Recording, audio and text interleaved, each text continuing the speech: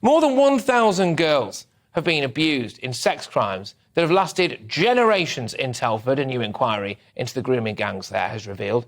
Released today, in fact, I've got the kind of blow-by-blow account of it here in front of me. Released today, the findings show that the abuse in the area spans decades, with children being blamed for the exploitation that they actually suffered themselves. Many of them were groomed by older boys and men, some of them believing that they were actually in a relationship with their perpetrator before being sucked into a horrific cycle of abuse. But there was nowhere to turn, as the girls were regarded by many as child prostitutes. Well, how can that be a thing? If you're a child, you can't be a prostitute, can you? There we go. In one case, a witness said that after she fell pregnant, she was excluded from school and told by a teacher to, quote, stop sleeping with these boys or she would never make anything of herself. Right.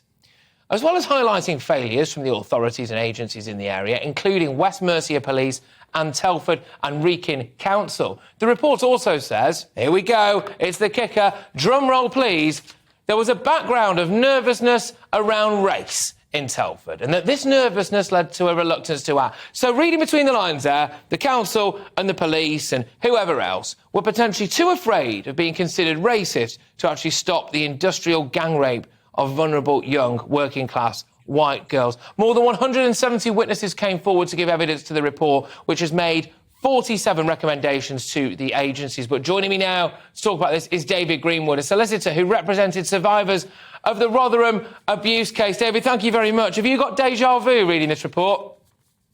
Absolutely. It's got all the hallmarks of everything that we went through in Rotherham. Absolutely. Everything is there. Failures by the council, failures by the police, and the failure by them to act swiftly enough. And of course, there's this race issue also. And so no lessons have been learnt as far as you're concerned. Let's just get stuck into a couple of different elements of it here. How can a child be considered a prostitute? Surely that's still illegal. I don't understand how that could be an excuse for the police to say they didn't want to look into it because it was seemed to be child prostitution. Well, we have to remember that this report covered almost 3 decades of abuse in Telford. So it may be that it's looking back at attitudes that were happening in the 90s and 2000s when, even then, to call a child a prostitute is absolutely wrong. It's just impossible, and it shows a complete lack of understanding of the crimes that were being committed here. Reading here now, and I think this is an important one for a lot of our viewers as well, our listeners on radio or online viewers. I'm just quoting now. A great deal of evidence that there was a nervousness about race in Telford and Wellington in particular, bordering on a reluctance to investigate crimes committed by what was described as, quotes, the Asian community. How does that make you feel? Because it would appear then to someone, an outsider like me, that maybe the police prioritise being considered not racist as opposed to actually doing their job. It's a curious one, isn't it? The police officers that I've ever met looking at crimes see them just as crimes. For the issue of race and not offending the Asian community in that area coming into the mix is really curious. I know that from experience in Rotherham, it was said that the council leaders didn't want to put too much effort into prosecuting the individuals because the Labour controlled council there relied on the Asian community for its vote. So that was the dynamic that was happening there. I'm not sure I haven't read the full report, so I'm not sure whether that's an issue in Telford or whether it was sheer political correctness gone mad with the council and officers. But my experience is that police officers just like to prosecute crimes. And if they see it, they should be prosecuting it. One more very quick one here, David. Sorry to rush you, but we are a bit pressed for time. I've got a lot to race through, as I'm sure you can imagine. But you, of course, are a solicitor. You are someone who's got direct experience in representing victims of grooming gangs, child sexual exploitation.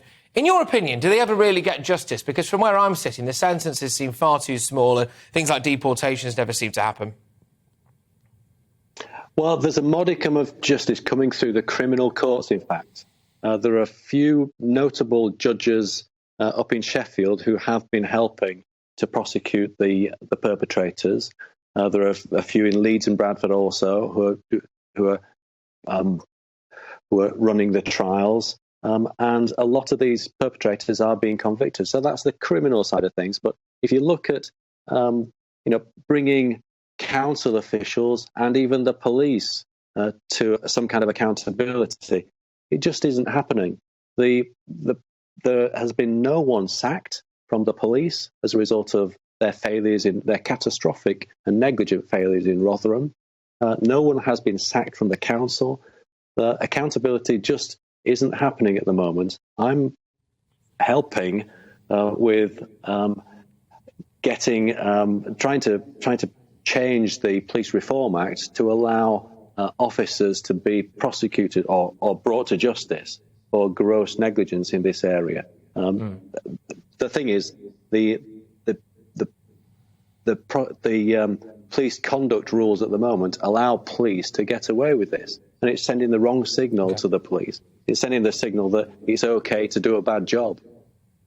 David, thank you very, very much. Great to have you on the show, and I'm sure people are very grateful for the work that you're doing trying to get justice for the victims of what is arguably some of the most horrific crimes that can possibly be imagined. David Greenwood there, a solicitor who represented survivors of the Rotherham abuse case. Of course, this is in relation today to the report that I'm holding right here on the Telford grooming gang scandal. We have to obviously get a right of reply from West Mercia Police, and they have said that they've apologised to children who were sexually exploited in Telford over the past 30 years, saying their actions fell far short of the help and protection that you should have had from us. Well, I mean, I think that's probably the understatement of the year, isn't it? There were deaths, there were forced abortions, there were people threatening with their houses being burnt down, there were lives ruined, and sorry, your efforts fell a bit short. Did they? Yeah, OK. In a statement, Telford and Wrekin Council said, we apologise wholeheartedly to victims and survivors for the pain that they have gone through, and we thank them for sharing their experiences. Frankly, I find that absolutely sickening. We thank them for sharing their experiences. They've been trying to share their experiences with you for the last 30 years. But you bowed your heads in the sand, you put your fingers in your ears, you pretended that there wasn't a massive problem with Asian grooming gangs, and lo and behold, a load of people have essentially died or had their lives ruined. It's shocking. It's not good enough.